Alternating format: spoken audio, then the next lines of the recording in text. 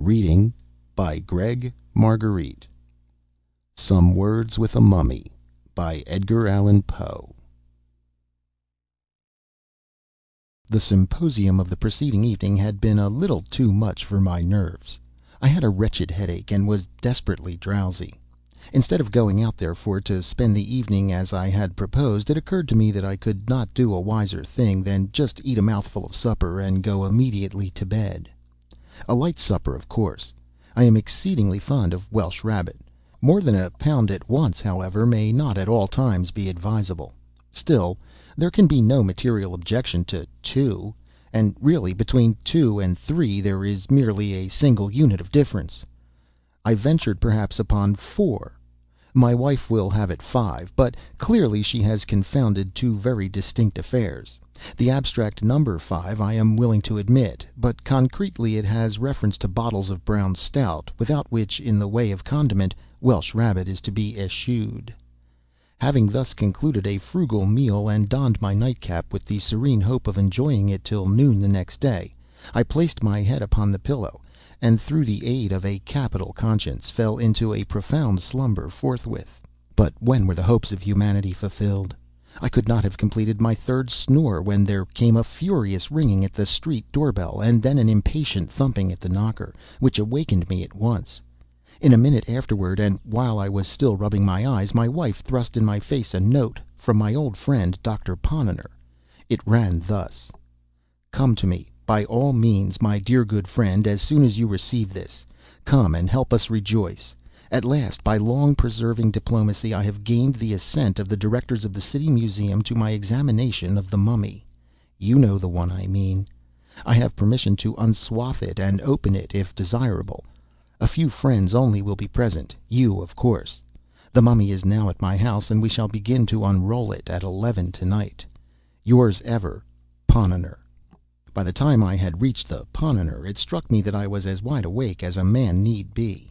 I leaped out of bed in an ecstasy, overthrowing all in my way, dressed myself with a rapidity truly marvelous, and set off at the top of my speed for the doctor's. There I found a very eager company assembled. They had been awaiting me with much impatience. The mummy was extended upon the dining table, and the moment I entered its examination was commenced. It was one of a pair brought several years previously by Captain Arthur Sabretash, a cousin of Ponnonner's, from a tomb near Eleuthias in the Libyan mountains, a considerable distance above Thebes on the Nile. The grottos at this point, although less magnificent than the Theban sepulchres, are of higher interest on account of affording more numerous illustrations of the private life of the Egyptians.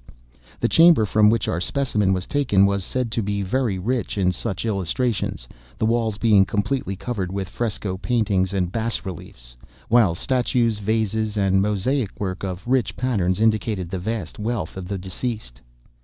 The treasure had been deposited in the museum precisely in the same condition in which Captain Sabretash had found it. That is to say, the coffin had not been disturbed. For 8 years it had thus stood, subject only externally to public inspection. We had now, therefore, the complete mummy at our disposal, and to those who are aware how very rarely the unransacked antique reaches our shores, it will be evident at once that we had great reason to congratulate ourselves upon our good fortune. Approaching the table, I saw on it a large box or case, nearly 7 feet long, and perhaps 3 feet wide by 2 feet and a half deep. It was oblong, not coffin-shaped. The material was at first supposed to be the wood of the sycamore platanus, but upon cutting into it we found it to be pasteboard, or, more properly, papier-mâché composed of papyrus. It was thickly ornamented with paintings representing funeral scenes and other mournful subjects, interspersed among which, in every variety of position, were certain series of hieroglyphical characters, intended no doubt for the name of the departed. By good luck Mr. Gliddon formed one of our party, and he had no difficulty in translating the letters, which were simply phonetic, and represented the word Allamistakio. We had some difficulty in getting this case open without injury, but having at length accomplished the task, we came to a second case, coffin-shaped, and very considerably less in size than the exterior one, but resembling it precisely in every other respect.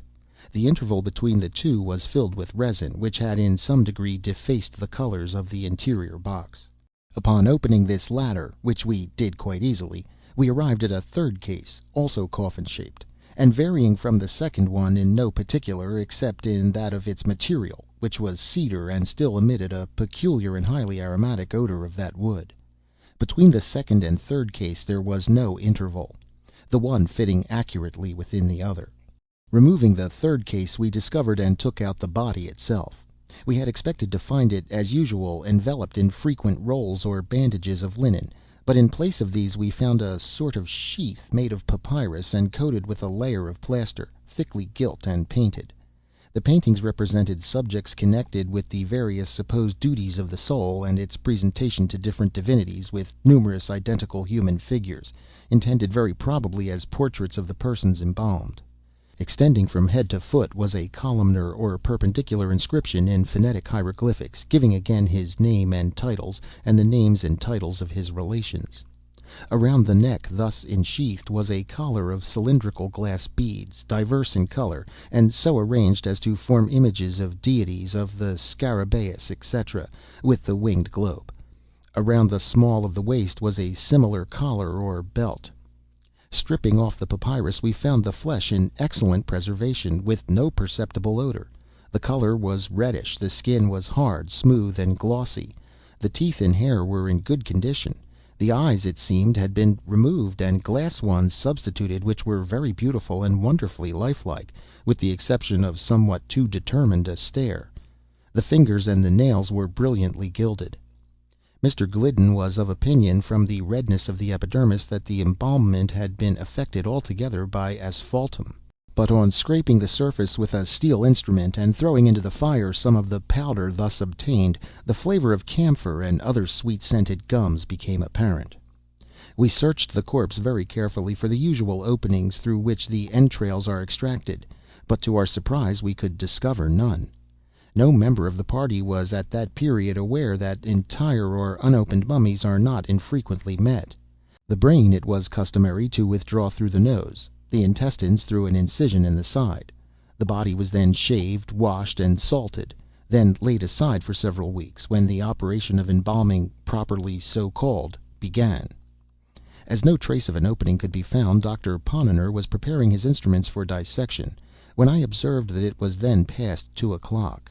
Hereupon it was agreed to postpone the internal examination until the next evening, and we were about to separate for the present, when some one suggested an experiment or two with the voltaic pile. The application of electricity to a mummy 3,000 or 4,000 years old at least was an idea, if not very sage, still sufficiently original, and we all caught it at once. About 1/10 in earnest and 9/10 in jest, we arranged a battery in the doctor's study, and conveyed thither the Egyptian.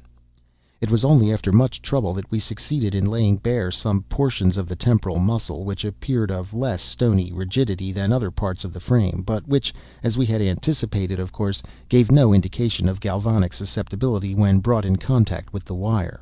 This, the first trial, indeed seemed decisive, and with a hearty laugh at our own absurdity, we were bidding each other good night, when my eyes, happening to fall upon those of the mummy, were there immediately riveted in amazement. My brief glance, in fact, had sufficed to assure me that the orbs, which we had all supposed to be glass, and which were originally noticeable for a certain wild stare, were now so far covered by the lids that only a small portion of the tunica albuginea remained visible.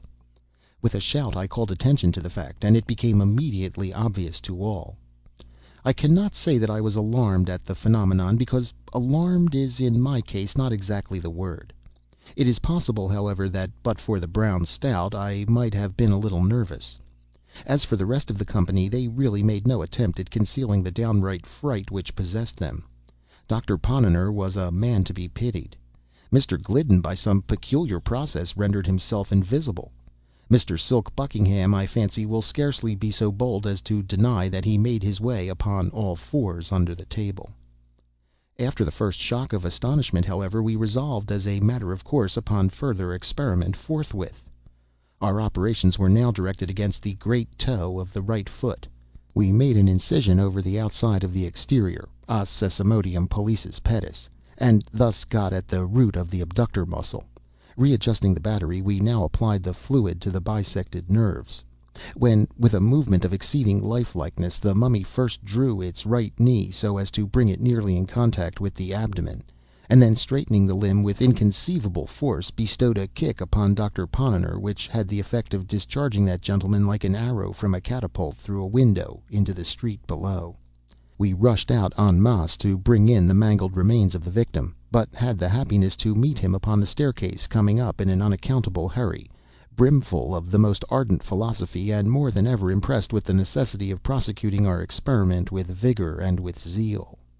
It was by his advice, accordingly, that we made upon the spot a profound incision into the tip of the subject's nose, while the doctor himself, laying violent hands upon it, pulled it into vehement contact with the wire.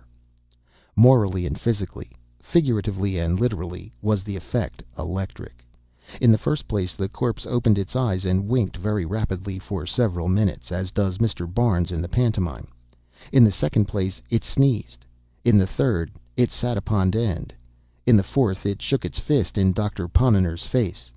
In the fifth, turning to Messrs. Gliddon and Buckingham, it addressed them, in very capital Egyptian, thus: "I must say, gentlemen, that I am as much surprised as I am mortified at your behavior.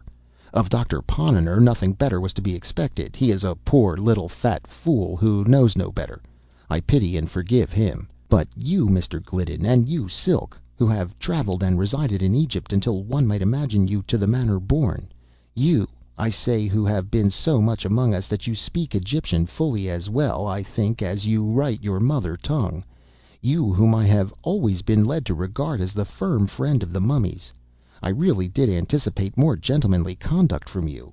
What am I to think of your standing quietly by and seeing me thus unhandsomely used? What am I to suppose by your permitting Tom, Dick, and Harry to strip me of my coffins and my clothes, in this wretchedly cold climate? In what light, to come to the point, am I to regard your aiding and abetting that miserable little villain Dr. Ponnonner in pulling me by the nose?" It will be taken for granted, no doubt, that upon hearing this speech, under the circumstances, we all either made for the door, or fell into violent hysterics, or went off in a general swoon. One of these three things was, I say, to be expected. Indeed, each and all of these lines of conduct might have been very plausibly pursued. And upon my word I am at a loss to know how or why it was that we pursued neither the one nor the other. But perhaps the true reason is to be sought in the spirit of the age, which proceeds by the rule of contraries altogether, and is now usually admitted as the solution of everything in the way of paradox and impossibility. Or perhaps, after all, it was only the mummy's exceedingly natural and matter-of-course air that divested his words of the terrible. However this may be, the facts are clear that no member of our party betrayed any particular trepidation, or seemed to consider that anything had gone very especially wrong. For my part, I was convinced it was all right, and merely stepped aside, out of the range of the Egyptian's fist. Dr. Ponnonner thrust his hands into his breeches pockets, looked hard at the mummy, and grew excessively red in the face. Mr. Gliddon stroked his whiskers, and drew up the collar of his shirt. Mr. Buckingham hung down his head, and put his right thumb into the left corner of his mouth. The Egyptian regarded him with a severe countenance for some minutes, and at length, with a sneer, said, "Why do you not speak, Mr. Buckingham? Did you hear what I asked you, or not? Do take your thumb out of your mouth." Mr. Buckingham hereupon gave a slight start, took his right thumb out of the left corner of his mouth, and by way of indemnification inserted his left thumb in the right corner of the aperture above mentioned. Not being able to get an answer from Mr. B., the figure turned peevishly to Mr. Gliddon, and in a peremptory tone demanded in general terms what we all meant. Mr. Gliddon replied at great length in phonetics, but for the deficiency of American printing offices in hieroglyphical type, it would afford me much pleasure to record here, in the original, the whole of his very excellent speech. I may as well take this occasion to remark that all the subsequent conversation in which the mummy took part was carried on in primitive Egyptian, through the medium, so far as concerned myself and other untravelled members of the company, through the medium, I say, of Messrs. Gliddon and Buckingham as interpreters. These gentlemen spoke the mother tongue of the mummy with inimitable fluency and grace, but I could not help observing that, owing no doubt to the introduction of images entirely modern, and of course entirely novel to the stranger, the two travellers were reduced occasionally to the employment of sensible forms for the purpose of conveying a particular meaning. Mr. Gliddon, at one period, for example, could not make the Egyptian comprehend the term politics, until he sketched upon the wall with a bit of charcoal a little carbuncle-nosed gentleman out at elbows, standing upon a stump, with his left leg drawn back, his right arm thrown forward with his fist shut, the eyes rolled up toward heaven, and the mouth open at an angle of 90 degrees. Just in the same way Mr. Buckingham failed to convey the absolutely modern idea of wig, until, at Dr. Ponnonner's suggestion, he grew very pale in the face and consented to take off his own.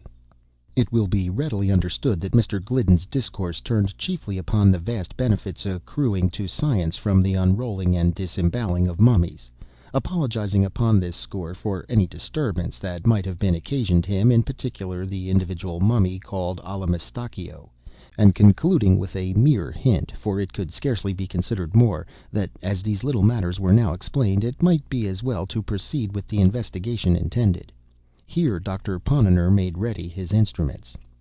In regard to the latter suggestions of the orator, it appeared that Allamistakeo had certain scruples of conscience, the nature of which I did not distinctly learn, but he expressed himself satisfied with the apologies tendered, and getting down from the table, shook hands with the company all around.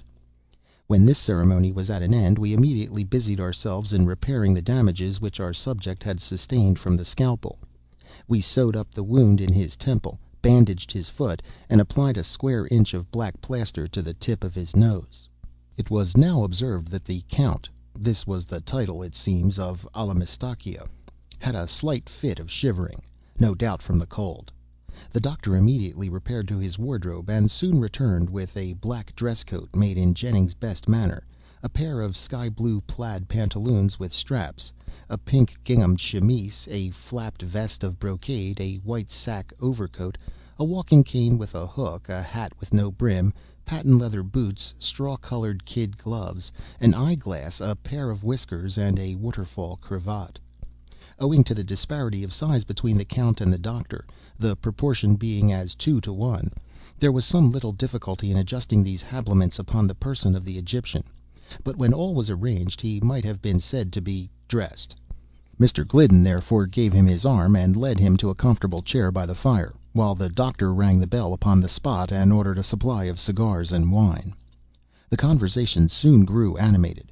Much curiosity was of course expressed in regard to the somewhat remarkable fact of Allamistakeo's still remaining alive. "I should have thought," observed Mr. Buckingham, "that it is high time you were dead."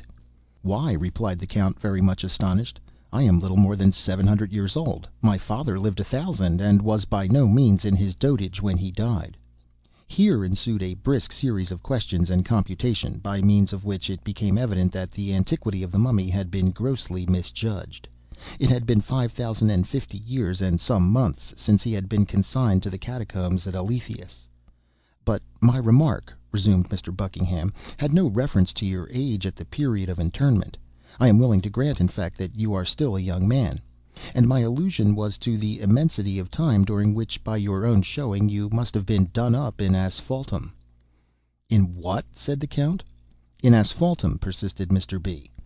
"Ah, yes, I have some faint notion of what you mean. It might be made to answer, no doubt. But in my time we employed scarcely anything else than the bichloride of mercury." "But what we are especially at a loss to understand," said Dr. Ponnonner, "is how it happens that, having been dead and buried in Egypt 5,000 years ago, you are here today, all alive, and looking so delightfully well." "Had I been, as you say, dead," replied the Count, "it is more than probable that dead I should still be. For I perceive you are yet in the infancy of Calvinism, and cannot accomplish it with what was a common thing among us in the old days. But the fact is, I fell into catalepsy, and it was considered by my best friends that I was either dead or should be. They accordingly embalmed me at once. I presume you are aware of the chief principle of the embalming process?" "Why, not altogether." "Why, I perceive a deplorable condition of ignorance.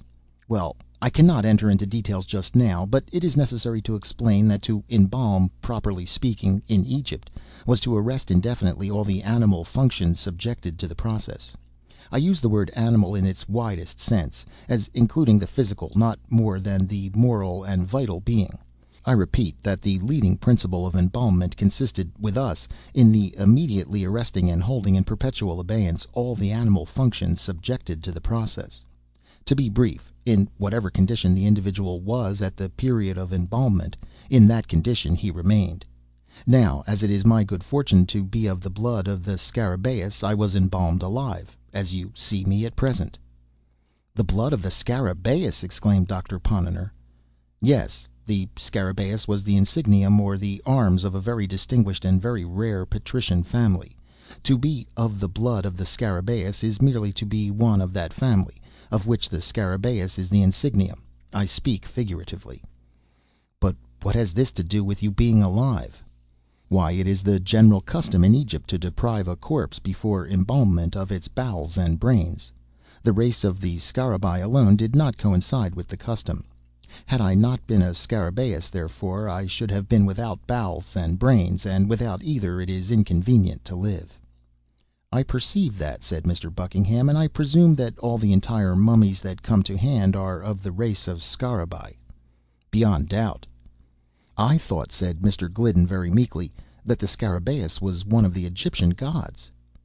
"One of the Egyptian what?" exclaimed the Mummy, starting to its feet. "Gods," repeated the traveller. "Mr. Gliddon, I am astonished to hear you talk in this style," said the Count, resuming his chair. "No nation upon the face of the earth has ever acknowledged more than one god. The Scarabaeus, the Ibis, etc., were with us, as similar creatures have been to others, the symbols or media through which we offered worship to the Creator, too august to be more directly approached." There was here a pause. At length the colloquy was renewed by Doctor Ponnonner. "It is not improbable, then, from what you have explained," said he, "that among the catacombs near the Nile there may exist other mummies of the Scarabaeus tribe in a condition of vitality."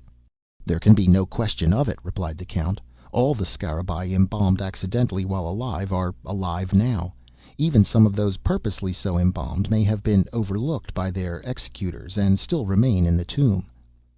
"Will you be kind enough to explain," I said, "what you mean by purposely so embalmed?" "With great pleasure," answered the Mummy, after surveying me leisurely through his eyeglass, for it was the first time I had ventured to address him a direct question. "With great pleasure," he said. "The usual duration of a man's life in my time was about 800 years.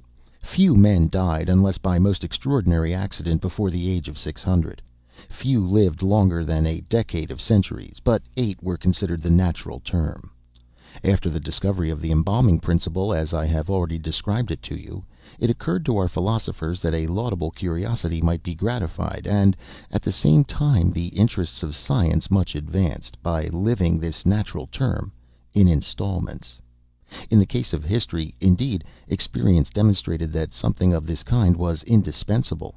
An historian, for example, having attained the age of 500, would write a book with great labor, and then get himself carefully embalmed, leaving instructions to his executors pro tem that they should cause him to be revivified after the lapse of a certain period, say 500 or 600 years.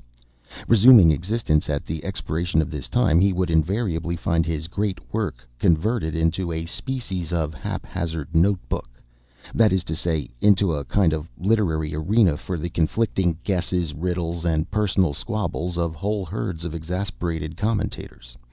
These guesses, etc., which passed under the name of annotations or emendations, were found so completely to have enveloped, distorted, and overwhelmed the text, that the author had to go about with a lantern to discover his own book. When discovered, it was never worth the trouble of the search. After rewriting it throughout, it was regarded as the bounden duty of the historian to set himself to work immediately in correcting from his own private knowledge and experience the traditions of the day concerning the epoch at which he had originally lived. Now this process of rescription and personal rectification, pursued by various individual sages from time to time, had the effect of preventing our history from degenerating into absolute fable. "I beg your pardon," said Doctor Ponnonner at this point, laying his hand gently upon the arm of the Egyptian. I beg your pardon, sir, but may I presume to interrupt you for one moment?" "By all means, sir," replied the Count, drawing up. "I merely wish to ask you a question," said the Doctor. "You mentioned the historian's personal correction of traditions respecting his own epoch. Pray, sir, upon an average, what proportion of these Kabbala were usually found to be right?" The Kabbala, as you properly term them, sir, were generally discovered to be precisely on a par with the facts recorded in the unrewritten histories themselves. That is to say, not one individual iota of either was ever known, under any circumstances, to be not totally and radically wrong. "But since it is quite clear," resumed the doctor, "that at least 5,000 years have elapsed since your entombment, I take it for granted that your histories at that period, if not your traditions, were sufficiently explicit on that one topic of universal interest, the creation, which took place, as I presume you are aware, only about 10 centuries before." "Sir?" said the Count Allamistakeo. The doctor repeated his remarks, but it was only after much additional explanation that the foreigner could be made to comprehend them. The latter at length said hesitatingly, "The ideas you have suggested are, to me, I confess, utterly novel. During my time I never knew any one to entertain so singular a fancy as that the universe, or this world, if you will have it so, ever had a beginning at all. I remember once, and only once, hearing something remotely hinted by a man of many speculations concerning the origin of the human race, and by this individual the very word Adam, or red earth, which you make use of, was employed. He employed it, however, in a generical sense, with reference to the spontaneous germination from rank soil, just as 1,000 of the lower genera of creatures are germinated, the spontaneous germination, I say, of 5 vast hordes of men simultaneously upspringing in 5 distinct and nearly equal divisions of the globe." Here, in general, the company shrugged their shoulders, and one or two of us touched our foreheads with a very significant air.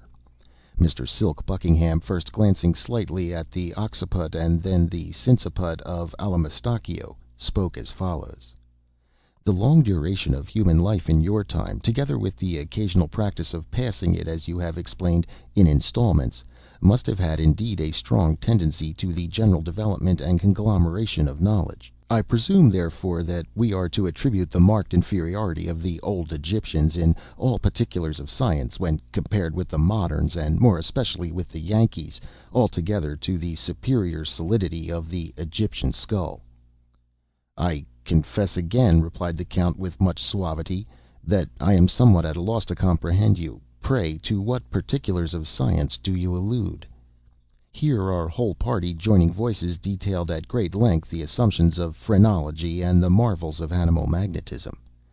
Having heard us to an end, the Count proceeded to relate a few anecdotes, which rendered it evident that prototypes of Gall and Spurzheim had flourished and faded in Egypt so long ago as to have been nearly forgotten, and that the maneuvers of Mesmer were really very contemptible tricks when put in collation with the positive miracles of the Theban savants who created lice and a great many other similar things.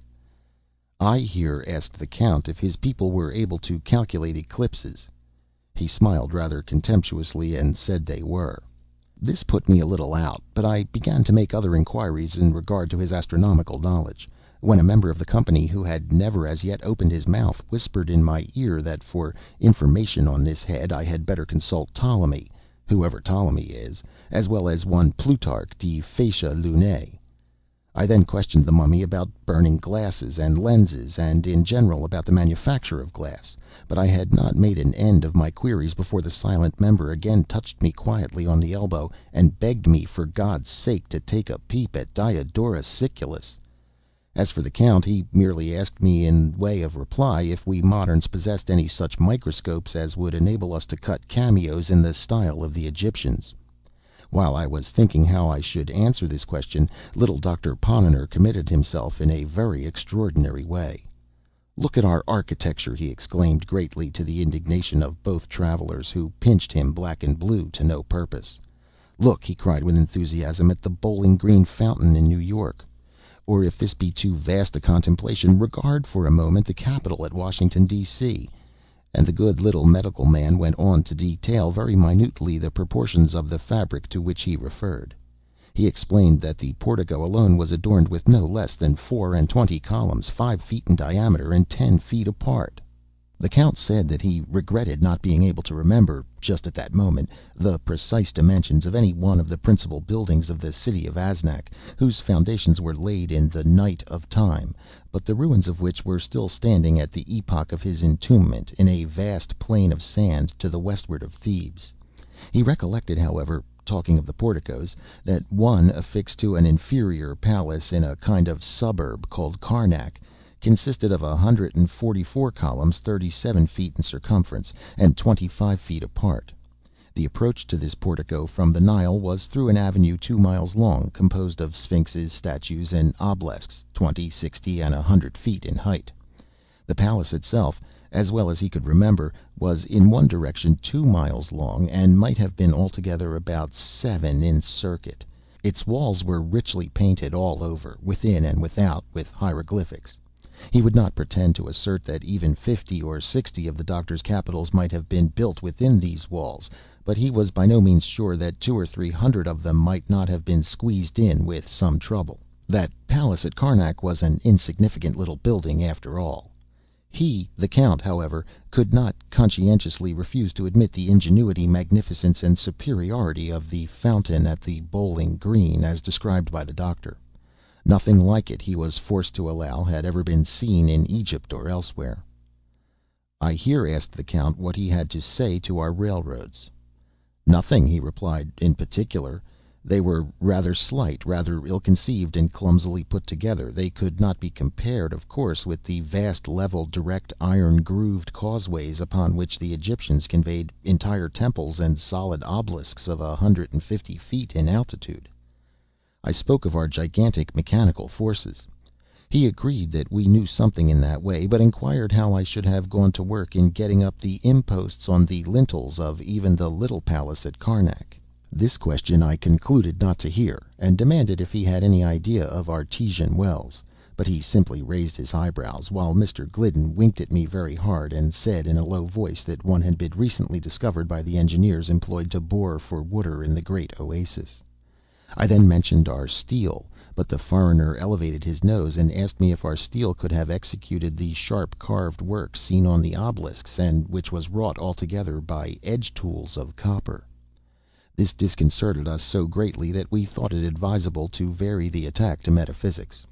We sent for a copy of a book called The Dial, and read out of it a chapter or two about something that is not very clear, but which the Bostonians call the Great Movement of Progress. The Count merely said that great movements were awfully common things in his day, and as for progress, it was at one time quite a nuisance, but it had never progressed. We then spoke of the great beauty and importance of democracy, and were at much trouble in impressing the Count with a due sense of the advantages we enjoyed in living where there was suffrage ad libitum and no king. He listened with marked interest, and in fact seemed not a little amused. When we had done, he said that a great while ago there had occurred something of a very similar sort. 13 Egyptian provinces determined all at once to be free, and to set a magnificent example to the rest of mankind. They assembled their wise men, and concocted the most ingenious constitution it is possible to conceive. For a while they managed remarkably well, only their habit of bragging was prodigious. The thing ended, however, in the consolidation of the 13 states, with some 15 or 20 others, in the most odious and insupportable despotism that was ever heard of upon the face of the earth. I asked what was the name of the usurping tyrant. As well as the Count could recollect, it was Mob. Not knowing what to say to this, I raised my voice and deplored the Egyptian ignorance of steam. The Count looked at me with much astonishment, but made no answer. The silent gentleman, however, gave me a violent nudge in the ribs with his elbows, told me I had sufficiently exposed myself for once, and demanded if I was really such a fool as not to know that the modern steam engine is derived from the invention of Hero, through Solomon de Kos.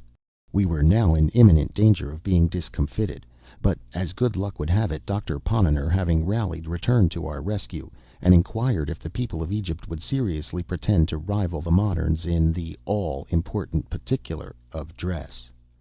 The Count at this glanced downward to the straps of his pantaloons, and then, taking hold of the end of one of his coat tails, held it up close to his eyes for some minutes. Letting it fall at last, his mouth extended itself very gradually from ear to ear, but I do not remember that he said anything in the way of reply. Hereupon we recovered our spirits, and the doctor, approaching the mummy with great dignity, desired it to say candidly, upon its honor as a gentleman, if the Egyptians had comprehended at any period the manufacture of either Ponnonner's lozenges or Brandwith's pills. We looked with profound anxiety for an answer, but in vain. It was not forthcoming. The Egyptian blushed and hung down his head. Never was triumph more consummate, never was defeat borne with so ill a grace. Indeed, I could not endure the spectacle of the poor mummy's mortification. I reached my hat, bowed to him swiftly, and took leave. Upon getting home I found it past 4 o'clock, and went immediately to bed. It is now 10 a.m. I have been up since 7, penning these memoranda for the benefit of my family and of mankind. The former I shall behold no more. My wife is a shrew. The truth is, I am heartily sick of this life of the 19th century in general. I am convinced that everything is going wrong. Besides, I am anxious to know who will be president in 2045. As soon, therefore, as I shave and swallow a cup of coffee, I shall just step over to Ponnonner's and get embalmed for a couple of 100 years. End of Some Words with a Mummy by Edgar Allan Poe.